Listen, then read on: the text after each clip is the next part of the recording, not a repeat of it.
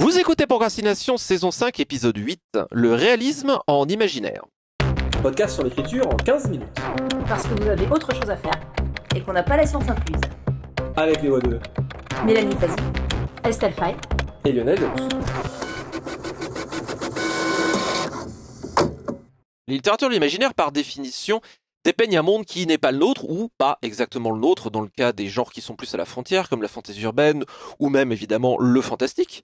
Et la question se pose assez fréquemment du réalisme ou des repères par rapport au monde réel. C'est-à-dire, quel degré de réalisme, quel degré de vraisemblance, ce qui n'est peut-être d'ailleurs pas forcément la même chose, peut-on exiger de l'imaginaire et où est-ce qu'on place le curseur et comment? Et y a-t-il des règles? Y a-t-il des codes? Y a-t-il des façons de faire? Donc on va discuter de cette espèce de proposition qui semble peut-être antinomique à première vue, qui est où se place le réalisme dans le domaine de l'imaginaire. Ce qu'il y a sur le réalisme, en imaginaire, en littérature en général, il y a un genre que tu n'as pas cité, qui est un peu un de mes genres de cœur, qui est la fantaisie historique ou tout ce qui est fantastique historique. Où là, la notion de réalisme, elle est très simple en fait, elle vient de la partie historique, qui doit être un peu sérieuse. Et dans beaucoup de fantasy classiques, c'est-à-dire de fantasy grosso modo d'inspiration, on va dire médiévale, Europe occidentale, ou à la rigueur un peu Europe de l'Est, l'idée, c'est que le lecteur, souvent dans les réactions qu'on voit par exemple sur Internet, sur des séries telles que Game of Thrones, c'est cette Europe médiévale telle qu'on se la représente qui offre un peu la base de réalisme aux séries de fantasy qui, grosso modo, donc font du Game of Thrones et autres, qui se placent dans ces univers. Et donc, quelque part, on s'attend à ce que les personnages, les univers, etc., réagissent un peu en dehors de tout l'appareil magique, comme des univers médiévaux d'Europe, etc. Ou comme des univers, pour certains, antiquités, quand c'est plus l'Antiquité qui est la période de référence. Enfin, quand même, en fantasy, il y a souvent une période historique de référence, et c'est un peu celle-là qui est censée apporter souvent l'aspect réaliste. Après, dans tout ce qui est historique, ce qu'il faut voir, c'est que ce qu'une partie du lectorat va considérer comme réaliste, c'est souvent les clichés qu'il a dans la tête. Et en fait, ça n'a rien à voir avec la vérité historique. Et souvent, en fait, la vraisemblance va être prise pour du réalisme, alors que cette vraisemblance est à l'opposé d'un réalisme historique ou d'une vérité historique. Et je pense qu'après, sur le plan sociologique, on pourrait sans doute dire ça aussi des univers contemporains. Après, c'est moins mon domaine de spécialité. Et c'est quelque chose dont on parle beaucoup en table ronde, notamment sur la place des femmes dans les sociétés de fantasy, où disons très souvent, quand même dans beaucoup de fantasy traditionnelles, on va dire que les rôles féminins ne représentent pas la moitié du casting et parfois même pas le tiers. Très souvent aussi, par exemple, une femme qui a une place un peu proéminente dans le casting doit absolument être à un moment ou à un autre donc victime de quelque chose qui a trait à son corps, sa sexualité, son genre ou les trois. Souvent, ce qu'on dit quand on dit « ouais, quand même, ça fait un peu beaucoup, quoi, les mecs ». Souvent, c'est des mecs qui écrivent ça. Et là, la réponse qu'on a, c'est « oui, mais c'est réaliste par rapport aux périodes dont on s'inspire ». Et là, en fait, ce que je me dis, c'est est-ce que c'est réaliste par rapport aux périodes dont on s'inspire ou par rapport à l'image que justement toute une partie de la littérature et de la culture de fantasy ou de romans et de films historiques nous a mise dans la tête. Et l'exemple que je sors souvent là-dessus, c'est l'exemple de Gladiator. Je sais pas si vous voyez Gladiator, donc film sur un général de l'Empire romain qui s'oppose à un empereur évidemment fourbe. L'empereur fourbe donc trahit le général devient esclave, il devient gladiateur dans l'arène, il fait son chemin en tant que gladiateur et il finit par battre en duel l'empereur lui-même. Bon, et puis après il meurt, parce que c'est tragique. Et donc, ce qu'on me dit, c'est, tu comprends, il y a quand même des endroits où on peut pas mettre des femmes. Par exemple, Gladiator, on peut pas mettre des rôles de femmes. Bon, mis à part l'épouse du héros qui meurt au début, quoi. Et la sœur de l'empereur, donc qui pleure à la fin. Et donc on me dit, on peut pas mettre de femmes parce que ça serait pas réaliste. Sauf que, il y a un truc qui ne peut pas fonctionner dans la société romaine, qui est une société qui fonctionne par classe. Et le général d'Empire, c'est un patricien. Et un patricien ne peut jamais devenir esclave parce que là, ça bouleverserait toute la constitution même de la société romaine qu'un patricien devienne esclave. Donc ça, c'est absolument impensable dans la société romaine. Et d'ailleurs, le général historique dont s'inspire le personnage a fini retraité dans une superbe villa de campagne.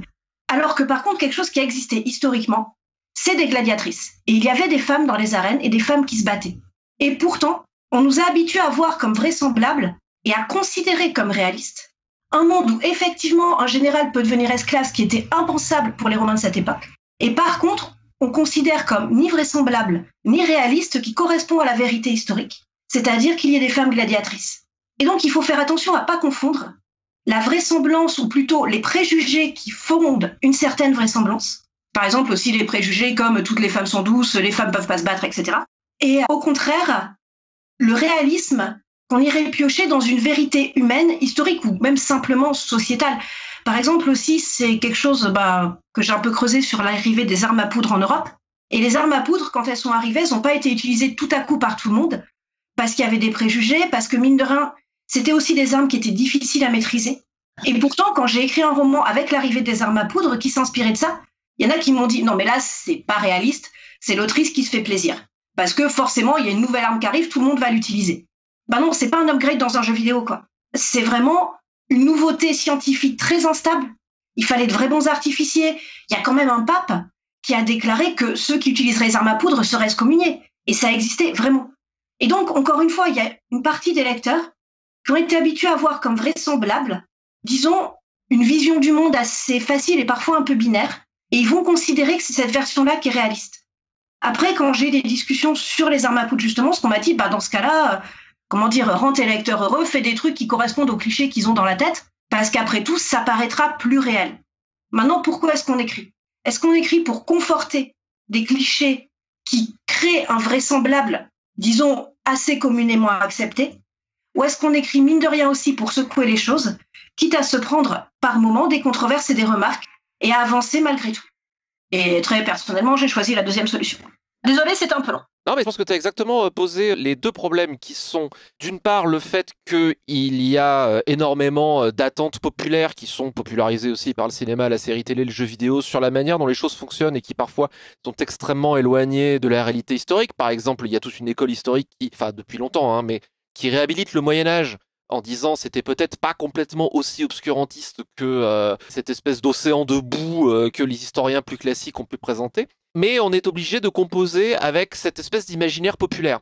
Et donc avec les éventuelles attentes ou les codes que le lecteur va pouvoir avoir, puisque quelque part l'imaginaire va se baser plus sur la vision mythique d'une époque que sur la réalité historique. Et si on a une réalité historique qui va à l'encontre de ce que les codes et les attentes vont, il va y avoir un travail d'auteur ou d'autrice à faire pour expliquer éventuellement comment ça peut fonctionner. Je pense à ça, pas dans le cas des femmes, parce que là j'aurais un autre truc à dire, mais dans le cas par exemple de la stratégie militaire. Il y a énormément de batailles dans l'histoire militaire qui sont des epic fails, qui sont des trucs, tu regardes comment ça s'est passé, tu te dis mais comment est-ce que les généraux ont pu être aussi débiles pour faire un truc pareil. Et c'est oublié que sur le champ de bataille, il y a la panique, ça pète de partout. Il y a aussi une donnée qui est hyper importante, qui est qu'on n'a pas une information parfaite, ce dont on peut avoir l'habitude au XXIe siècle parce qu'on a des satellites, des drones, etc.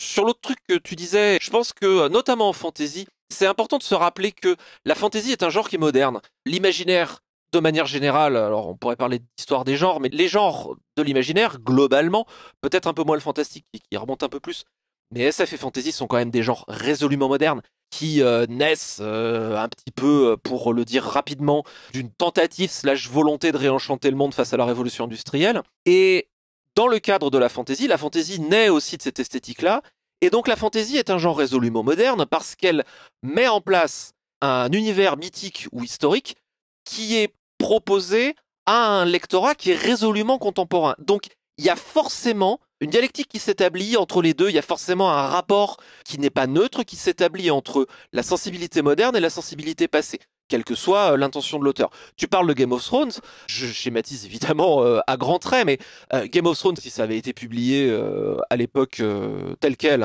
voilà, évidemment je caricature, mais si c'était publié à l'époque du Moyen-Âge, il n'y aurait pas cette espèce de distance parce qu'on se dirait peut-être des dragons pourquoi pas, des dieux bizarres pourquoi pas, ça serait pas forcément des mythes, cela pouvait faire partie d'une certaine conception, d'une certaine pensée magique du monde, et le simple terme de pensée magique est quelque chose qui est résolument moderne parce que cela sous-entend que toute pensée n'est pas magique.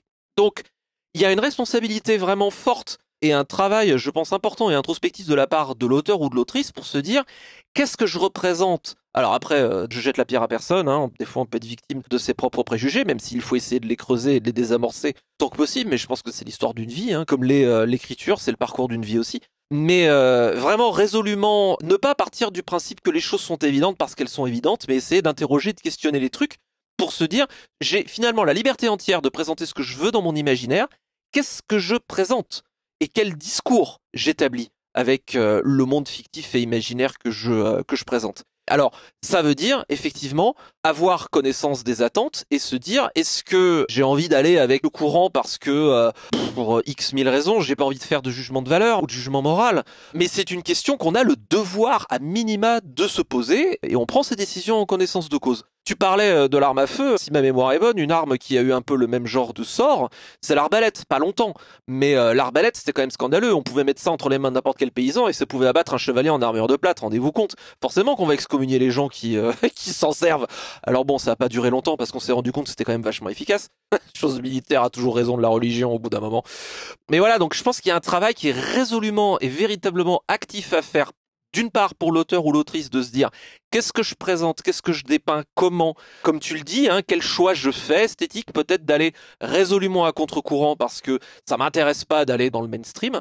Et d'autre part, à ce moment-là, un travail de connaissance des codes peut-être inconscients que le lectorat va avoir et ensuite un travail d'exécution pour essayer de montrer et de substancier un monde imaginaire en disant oui, ça fonctionne comme ça, c'est vraisemblable parce que il y a une cohérence interne dans mon univers et dans ce que je présente, et donc narrativement, ça fonctionne de manière à pouvoir sortir des préjugés. C'est un peu dommage qu'en imaginaire, on dit souvent l'imaginaire permet d'établir un pas de côté pour présenter une autre réalité, un autre monde, et laisser derrière nous les préjugés culturels. C'est quand même dommage d'en réinvestir et d'en réinsuffler consciemment ou inconsciemment. Donc il y a les deux choses. Quelle est mon intention? Et si mon intention va à l'encontre des codes, très bien. Donc, il va y avoir potentiellement un travail d'exécution à faire pour bien dire au lecteur, non, c'est cohérent, ça fonctionne, regarde. Oui, je voulais juste rajouter quelque chose, rebondir sur la question de l'intention. Alors, je fais peut-être un petit pas de côté parce que je suis d'accord avec tout ce que vous avez dit. Je voulais juste rebondir sur ça. Il me semble qu'un texte va pas être reçu par le lecteur de la même manière selon l'intention affichée, c'est-à-dire selon le degré de réalisme, entre guillemets, qu'on prétend afficher au départ. Je vais prendre peut-être un exemple. Estelle parlait de fantaisie historique, ça me fait penser à un roman de Michel Pagel qui s'appelle Le Roi d'août. La particularité du Roi d'août, c'est que c'est un roman, en fait, de l'aveu de l'auteur, tout ce qui est vérifiable est réel. C'est-à-dire qu'il y a une base historique extrêmement forte. Il reprend l'histoire de Philippe Auguste, je dis pas de bêtises, de manière extrêmement vraisemblable, mais il y a quelques trous dans l'histoire. Il y a des mystères, en fait, dans cette histoire, dans lesquels il a insufflé du fantastique. Par contre, absolument tout le reste est réaliste. Évidemment, un roman qui affiche cette ambition-là, si jamais il se trompe sur des détails historiques, on va lui tomber dessus. Par contre, si on prend un roman qui est annoncé dès le départ comme étant du carton-pâte ou quelque chose de beaucoup plus léger et beaucoup plus hasardeux, je dirais, en termes de réalisme, l'attente du lecteur va pas être la même et je dirais qu'on ne tiquera pas aux mêmes endroits potentiellement. Tu as 1000 fois raison et merci de l'avoir rappelé. Une scène d'action dans Madame Bovary, elle va pas placer les curseurs au même endroit que dans les Avengers. Je veux une scène d'action dans Madame Bovary. Mais moi aussi, mais tellement. Voir Iron Man dans Madame Bovary même. Madame Bovary, pour les ennuis. Oui, comme ce qui a été fait avec Orgueil et Préjugés. Voilà. Mais donc complètement, ce qui compte aussi, c'est la cohérence interne de l'univers fictif qui nous est présenté, puisque c'est ce que disait Twain, la fiction, contrairement à la réalité, est tenue de faire sens. Donc on s'attend aussi dans un récit à ce que les éléments aient une utilité et que tout cela fonctionne ensemble. On tolère beaucoup moins en fiction la conséquence fortuite parce que on s'attend à ce que les choses soient gagnées, alors que dans l'existence, il se passe quand même plein de coïncidences. Il y a énormément de choses qui nous arrivent dans la vraie vie et que les gens considèrent comme n'étant pas crédibles si on les met en fiction. Ça m'est arrivé plein de fois. Petite parenthèse. Non mais complètement, et avec Estelle, on a eu cette discussion régulièrement sur des trucs complètement invraisemblables de la stratégie militaire qui se sont produits dans la vie réelle, et tu mets ça dans un bouquin, on te dit tes généraux, ils sont complètement stupides. C'est pas crédible. Oui, mais ça s'est passé en vrai, en fait. Et juste, petit truc rapide, sur les exigences différentes selon les ambitions affichées des romans. À la base, je suis d'accord. Après, je pense aussi qu'il faut pas que ça soit une excuse pour, par exemple, tout ce qui est plus pulp ou tout ça, et on peut faire des univers très pulp, très hardboil, dont a priori le réalisme n'est pas la première préoccupation, tout en se posant quand même des questions effectivement de réalisme derrière. Et par exemple, quand j'ai écrit mon Space Up, donc Les Nuages de Magellan, c'est un univers très pulp, c'est de la piraterie dans l'espace. Mais mine de rien, derrière, j'ai construit quand même un modèle de vaisseau, des voyages dans l'espace qui, a priori, pourraient potentiellement fonctionner. Et je pense qu'avoir une base réaliste derrière, le lecteur le sent quand même quand il y a ce socle-là, même si c'est pour faire des univers hyper pulp, hyper colorés. Et remettre en cause les préjugés aussi, c'est presque plus important quand on fait des univers hyper pulp, hyper colorés, parce que c'est là que, justement, on va peut-être par moment laisser davantage les préjugés s'enraciner, sous prétexte que ouais, mais de toute manière, c'est de la grosse aventure, donc c'est pas grave. Alors que là, on peut toucher aussi un lectorat qui va peut-être pas forcément aller chercher du réalisme du côté du roman historique, et c'est important aussi de se poser des questions pour ce lectorat-là parce qu'il le mérite. C'est un excellent mot de la fin. Restons là-dessus. Une petite citation pour terminer, citation de Neil Gaiman qui nous propose « Mettez vos rêves en scène ici et maintenant. Et si quelqu'un trouve à redire, racontez que vous écrivez du réalisme magique. » C'était Procrastination, merci de nous avoir suivis. Maintenant, assez procrastiné. Allez, écrire!